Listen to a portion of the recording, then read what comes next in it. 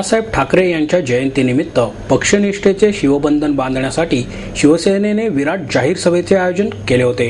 बाळासाहेब ठाकरे यांच्या जयंतीनिमित्त पक्षनिष्ठेचे शिवबंधन बांधण्यासाठी चुनाभट्टी येथील सोमय्या मैदानावर लाखोंची विराट जाहीर सभा आयोजित करून शिवसेनेने शक्तीप्रदर्शन केले। आवाज कोणाचा अशी ललकारी देणाऱ्या शिवसेनेचा आवाज हिंदुत्वाचाच राहणार याची ग्वाही देत उद्धव यांनी भाषणातून जहाल हिंदुत्वाचीच कास धरली। नरेंद्र मोदींच्या सभेमध्ये शिवसेनेचा उल्लेखही न करणाऱ्या भाजपलाही त्यांनी जशास तसे उत्तर दिले। शिवाय शक्ती प्रदर्शनातून काँग्रेस राष्ट्रवादीलाही आव्हानांचे संकेत दिले। पंतप्रधानपद डोळ्यांपुढे ठेवून सर्वसामान्यतेसाठी हिंदुत्वाचा आग्रह मवाळ करत विकासाच्या राजकारणाची कास धरण्याचा प्रयत्न असलेल्या मोदींचा उद्धव यांनी भाषणात उल्लेखही केला नाही। मोदी हिंदुत्वाचा एकही मुद्दा सध्या उच्चारत नसताना शिवसेना मात्र अजूनही हिंदुत्वाच्या मुद्द्यावर कायम असल्याचे उद्धव ठाकरे यांनी अधोरेखित केले। तपास यंत्रणांनी पकडलेल्या निष्पाप मुस्लिमांना सोडा असे म्हणणारे देशाचे गृहमंत्री सुशीलकुमार शिंदे हे निष्पाप असणाऱ्यांच्या पुढे धर्म का लावतात असा सवाल उद्धव यांनी केला। शंकराचार्यांना खुनाच्या आरोपाखाली 9 वर्षे जात झाला, मात्र ते त्यातून निर्दोष सुटले। हेच जर इतर धर्मांच्या गुरूंबाबत झाले असते तर त्यांनी देश पेटवला असता असेही ते म्हणाले। हिंदूंच्या पोटी जन्माला आलो तर हिंदुस्थानात हिंदू म्हणून घेणे हा गुन्हा आहे का असा सवाल त्यांनी केला। महाराष्ट्राच्या कानाकोपऱ्यातून या सभेसाठी जसे कार्यकर्ते जमले होते तसेच शिवसेनेचे हृदय समजल्या जाणाऱ्या मुंबई आणि ठाण्यातूनही शिवसेनेच्या नावाचा गजर करत तरुणांचे जथ्थेच्या जथ्थे या सभेसाठी आले होते। बाळासाहेब ठाकरेंच्या सभेला जमताना दिसणारा जोश आणि उत्साह या गर्दीमध्ये दिसत होता। सभेला जमलेल्यांमध्ये महिला आणि तरुणांचे प्रमाण लक्षणीय होते। काँग्रेसच्या पंतप्रधानांचा हा प्रजासत्ताक दिन शेवटचा असेल। पुढील 23 जानेवारीला आपल्या कार्यक्रमाला देशाचे पंतप्रधान आणि राज्याचा मुख्यमंत्री दोन्ही उपस्थित असतील असे उद्धव ठाकरे यांनी म्हणताच टाळ्यांचा कडकडाट झाला।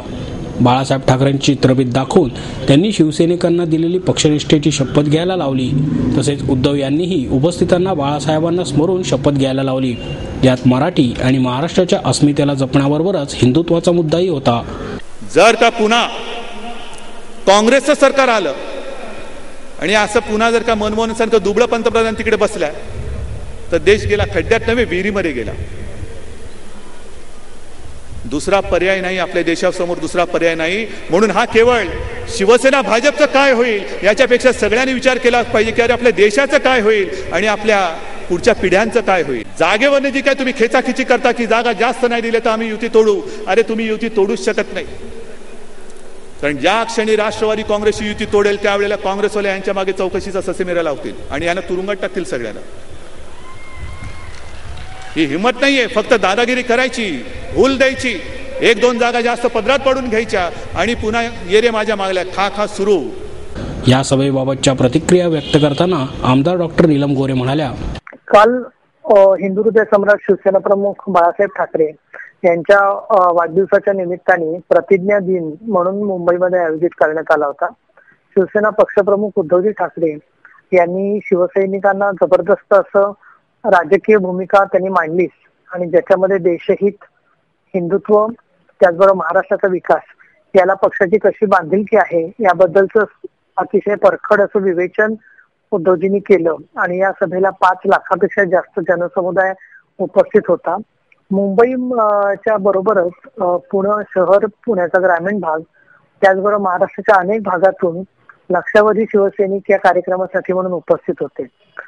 शिवसेना मोठ्या प्रमाणामध्ये संघटन करण्यामध्ये महाराष्ट्रात यशस्वी झालेली आहे, परंतु निवडणुकीमध्ये बऱ्याचशा वेळेला पैसा, सत्तेचा दुरुपयोग याच्यामुळे मतदार संभ्रमित झालेला दिसतो। परंतु प्रचंड अशी वाढलेली महागाई, घोटाळे या पार्श्वभूमीवरती कालची जी सभा होती ती अतिशय महत्वाची होती आणि प्रतिज्ञा दिनाच्या निमित्ताने हिंदू हृदय सम्राट शिवसेना प्रमुख बाळासाहेब ठाकरे यांच्या आवाजामध्ये एक वाक्य आणि त्याच्या मागोमाग शिवसैनिकांनी म्हटलेली ती प्रतिज्ञा आणि त्यानंतर इतिहासातला दुसरा चरण किंवा पुढचं पाऊल या दृष्टीने उद्धवजींनी मांडलेली प्रतिज्ञा आणि त्याला जनतेने दिलेला प्रतिसाद असं या प्रतिज्ञेचं स्वरूप होतं। शिवसैनिकांना स्वतःचे कर्तव्य आणि जबाबदारी यांची आठवण करून देण्याच्या दृष्टीने हे अतिशय ऐतिहासिक स्वरूपाचं महत्वाचं पाऊल होतं आणि आज आपण पाहतोय की राजकारणामध्ये बेईमानी, विश्वासघात, जनतेला पैसा लुटून त्यातून राजकारण करणं आणि त्या राजकारणातून फक्त स्वतःची तुंबडी भरणं असं घडत असताना शिवसैनिकांसमोर एक देशासाठी आणि राज्यासाठी काम करण्याचा, विकासाचा आदर्श उद्धवजींनी समोर ठेवलेला आहे आणि दिवस रात्र लोकांच्या मदतीसाठी तुम्ही धावून जा आणि तेच काम करा, जेणेकरून एक समर्थ असा राजकीय पक्ष म्हणून शिवसेनेच्या विश्वासात जनतेच्या पात्र ठरेल अशा प्रकारची भूमिका मांडलेली आहे. शिवसैनिकांकडून ज्या अपेक्षा आहेत त्याच्यामध्ये स्वार्थाच्या आहारी जाऊ नका. त्याचबरोबर कुठल्या तरी छोट्या मोठ्या गोष्टींनी दुखावले गेलाय म्हणून पक्षविरोधी कारवाई कुठल्याही परिस्थितीत करू नका. आणि तिसरं म्हणजे जनतेशी देशाशी इमान ठेवा, याच सगळ्या या प्रतिज्ञेचा सार आहे. निवडणूक हा कामामधला नेहमीच महत्वाचा टप्पा असतो आणि निवडणुकीमध्ये कार्यकर्त्यांची एकजूट होणं आणि त्या प्रत्येकाला वाटणं की मी कुठेतरी वेगवेगळ्या लोकांच्या दावणीला बांधलेलं नाहीये आणि स्थानिक पातळीवरचे गुंड किंवा अनेक अपप्रवृत्ती यांच्यावरती मात करण्याचं सामर्थ्य शिवसेनेसारख्या विराट संघटनेमधून मला प्राप्त झाले, कारण अशा संघटनेचा मी एक सैनिक आहे. ही भूमिका जनतेपर्यंत जाण्याच्या दृष्टिकोनातून कार्यकर्त्यांचा आत्मविश्वास वाढण्यासाठी म्हणून ही सभा अतिशय यशस्वी झाली असं वाटतं. आणि त्याचबरोबर येणाऱ्या पुढच्या निवडणुकांमध्ये या आत्मविश्वासामुळे कार्यकर्त्यांना काम करण्यासाठी जोम येईल असं वाटतं.